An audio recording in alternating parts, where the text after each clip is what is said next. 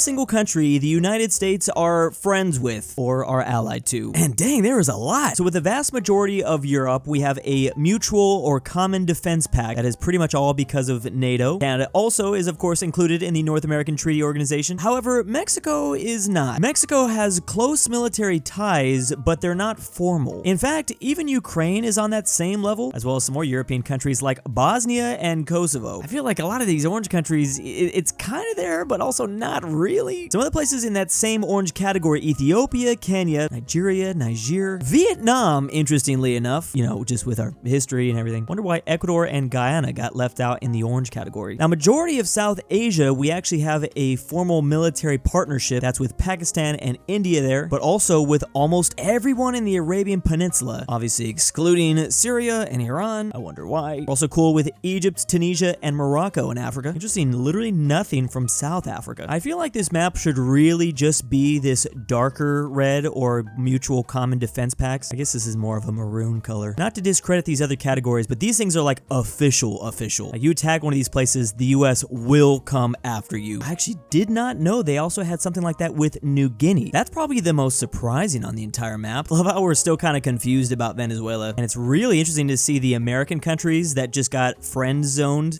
in a way you don't get to use military services, I guess. Suriname and Nicaragua, Belize, Jamaica and Cuba. Bolivia's landlocked, so I mean, I guess I get that. Kind of interesting. Nothing with Indonesia, even though Indonesia has so much population here. Not the population really matters on this chart, obviously. We don't have anything with China. A whole lot of factors that come into play here. Christmas gift bringers in Europe, because for my fellow Americans out there, it's not always Santa Claus. It can be very similar to Santa Claus, for instance, Father Christmas. I mean, it's basically the same thing, just a slight twist on the name. There's also Saint Nicholas, which again, same thing. Parts of Western Ukraine, Belarus, and all of Poland. Looks like he's got a little candy cane right here.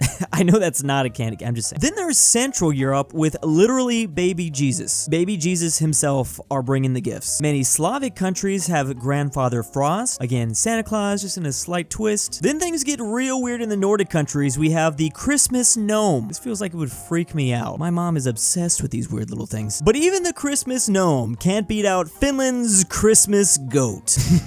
Yeah, okay, that is legitimately scary. I've seen way too many like terrifying goat depictions. Finally, out of Greece, there's Saint Basil. And I'm not sure if like Albania is just left off the list, or we're not sure. Maybe these countries in black, Albania as well as Kosovo, maybe Krampus is their gift giver. Speaking of places that might need more workers' rights, those poor North Pole elves. But also, here are the countries with the worst working conditions. The Philippines is one of the top 10 worst countries for workers for the 6th straight year in a row. Well, it's not in number 1, but it just continues to be in the top 10, along with a lot of other neighboring places. So for all the places that are dark orange and red, there are no guarantee of rights. Places like Myanmar, Yemen, and Syria, though, they don't have any rights because of breakdown of rule of law. And lots of places in Africa as well. In orange, we have all the systematic breaking of rules of rights. In Mexico and in Canada, we have the regular violating of rights. As we go down, we have the repeated violations of rights and sporadic violation of rights. According to this map, the best place to work in is Italy, Austria, Germany, the Netherlands, the Nordic countries, and Ireland. Interesting to see Poland, Belgium, and the UK together in a group. Surprised to see Japan doing better than South Korea. I know work culture in both those places really crazy. Here are all the countries served by US-based airlines. So there's American Airlines, Delta, and United. So you can fly these major airlines from the US to Canada, Mexico, pretty much everywhere in the Americas except for Venezuela, French Guyana. That's weird, technically. You should be able to. Well, technically on the map it should be labeled, but maybe you can't literally fly to French Guyana. Let me just see how I would do that if I wanted to. Oh wow, it literally looks like I can't. This is pretty much the only major airport. Yeah, you definitely would have to go to Paris first and then figure it out from there. The only two other places are Brazil,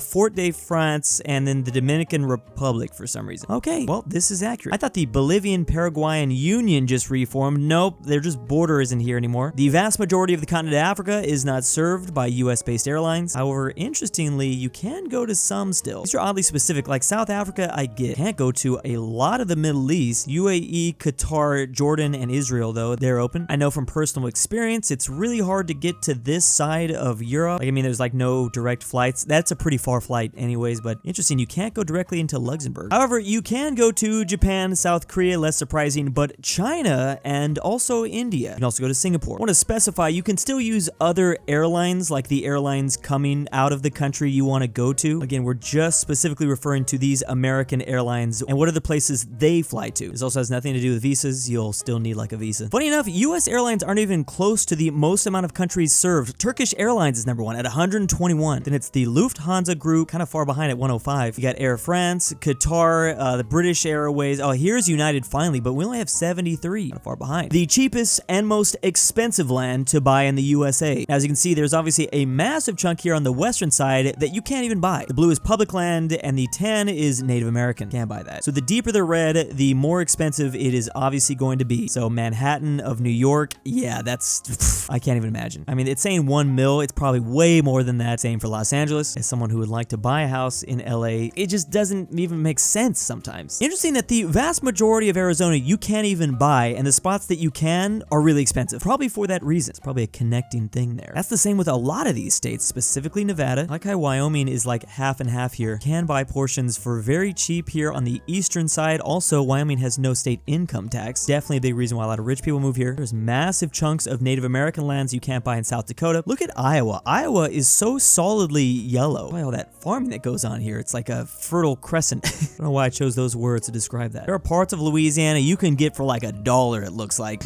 Literally 1K. Same for over here in West Texas. I forget so often that most of Texas just revolves around this triangle. This Texas triangle, which has Dallas, San Antonio, Houston, College Station, and Austin. You can still buy things for cheap out here in Nebraska and Kansas, though. Most things in the East Coast are pretty expensive until you get all the way up here in Maine. I wish they included Alaska on this map. I'm very curious. Oh my goodness, look at Detroit. It's literally red in the suburbs, but for the city itself, it goes down. The world's millionaire population, the US has 22.7 million millionaires. That is so crazy. I can't even imagine 22 million millionaires. China's the next country on the list, and they only have 6.2 million millionaires. And remember, they have like 4 times the population of the US. I was wondering where India was. Japan, who's not even close to China's population, is only a third away from their number of millionaires. Man, the tiny island of Taiwan really punching above their weight. Australia with 1.8. Also Switzerland with 1.1. Most millionaires are coming out of France, though, at 2.8, but the UK and Germany are not too far behind. What I think is funny is when you just put the rest of the world all in this category, there's 7.6 million more millionaires out there. I'm trying to think where they would really come from. I mean, Brazil's not included on the list. Mexico definitely has a lot too. Well, according to this, they have 318,000, which is a little bit more than Brazil. Oh, that's right, Israel, Indonesia. Here's the actual list though. Oh, this Wikipedia article has the UK in 4th. It's slightly ahead of France. Of course, millionaires probably move around. They can easily switch countries if they want. That's kind of not a problem for those people. Hungary with 32,000. And here's an even crazier map, list of billionaires. So if I had to guess, the vast majority have to come from the US. But then there's also Germany that's pulling a lot, and then China and India. There's over 2,600 billionaires worldwide. The US has 735 of them. Meanwhile, China is just under 500. Then we have India at 169 and Germany at 126. What's a fascinating ratio, though, is this number of billionaires per million people. Obviously, China's pretty low because there's a lot of people. As low as India, though. Look at Hong Kong. Man, they got a lot of rich people for such a small area. 66 billionaires. I want to scroll down to the bottom of this list. Like, I want to know where all these ones are coming from. There is 1 billionaire in Swaziland. About to Google how to become a billionaire. Do most married women around the world carry their own last name? In the light blue, a majority of married women carry their husband's last name. And in the darker blue, a majority of married women carry their own last name. I find this map interesting to see how it roots back to colonization. For instance, in Spain, a majority of women keep their own last name, and you can literally see that reflected in every single Spanish-speaking country in America. I really wish this included Equatorial Guinea, since that was also a Spanish colony. But as you can see, though, that doesn't always happen. So just like in Spain, the women of Portugal usually keep their own last name. However, that did not spread across the Atlantic to their colony of Brazil, and I'm very curious to find out why. We have the opposite in France, where again, women carry their husband's last name, but in their former colony of Quebec, that is not the case. Interestingly, not only is Quebec defying France, but Canada as well. These women are just carrying their own last name, and that is a practice seen throughout a lot of Asia, as well as the Middle East and Northern Africa. I think one thing to keep note here are the hyphenated last names, because I think this map technically has that fall under dark blue, so you can still take your husband's last name, but keep your own last name. There's actually so much behind this map that's going on. And one of those things is New Zealand, for some reason, is floating away. The risk of dying doing what we love. As a benchmark, we have commercial aviation, which is extremely safe. So some general safe activities are driving, cycling, and resort skiing. Kind of surprised about the resort skiing. I feel like I hear so much about skiing accidents. Somewhat dangerous activities are backcountry skiing. I love how Austria is in parentheses. Okay, so there are still those skiing accidents. Open water swimming, yep, not gonna do that. Marathon running and, well, like horse thingies. That's a technical term. Then we have what's classified as dangerous activities: scuba diving, general aviation, hang gliding, downhill mountain biking. I love how certain countries are highlighted. I mean, just the geography of certain countries will have certain activities be way more dangerous. Motorcycling in the US, this is 100 times more dangerous than commercial aviation. Finally, we have very dangerous activities: climbing Mount Everest, climbing the Tetons, Formula 1 car racing. You have a 20% chance of oofing if you do it for more than 1,000 hours. Whoa! And then finally, insanely dangerous activities: base jumping. If you tried to do it for 1,000 hours, you are guaranteed to not make it. That's crazy because there's so many online videos of that looking like it's going really well. They're like flying squirrels out there. Not that I was gonna do that anytime soon. The nicknames of places in Canada and the USA. I can't believe I've never heard of some of these before. But arguably one of the most famous, we have Texas with the Lone Star State. We've got the state I live in, California, called the Golden State. However, my state of birth, Alabama, with the Yellow Hammer State. I have never heard of that in my life. It originates back during the Civil War. I don't know what else I expected from Alabama. To think I thought of this icon for a second there. Arizona, pretty straightforward, is the Grand Canyon State. Of course, Nevada is the Silver State. Idaho with the Gem State. I guess that does sound a lot better than calling themselves the Potato State. If you're a fan of the University, Oregon State, you would know it's the Beaver State. I don't think I've heard this one from Washington before. What treasure exactly is coming out of Montana? Again, another university reference, the Cornhuskers out of Nebraska. Same with Oklahoma, the Sooner. Colorado as the Centennial State. That's a pretty cool name. Of course, beehives are big for Utah. It's literally on their flag. The Natural State in Arkansas, the Magnolia State in Mississippi, and the Pelican State in Louisiana. The Everglades State for Florida. Of course, they like their peaches in Georgia. Yes, the Tennessee Volunteers, Kentucky Bluegrass, the Hoosiers, and the Buckeye. Man, so many of these come from the university, or I guess it's vice versa. The Wolverine out of the Michigan and Wisconsin Badger. New York is, of course, the Empire State, Green Mountain State, the Bay State, the Pine State. Now, the Canadian ones I definitely don't know. We've got The Rock here. I wonder why. He did not come from there.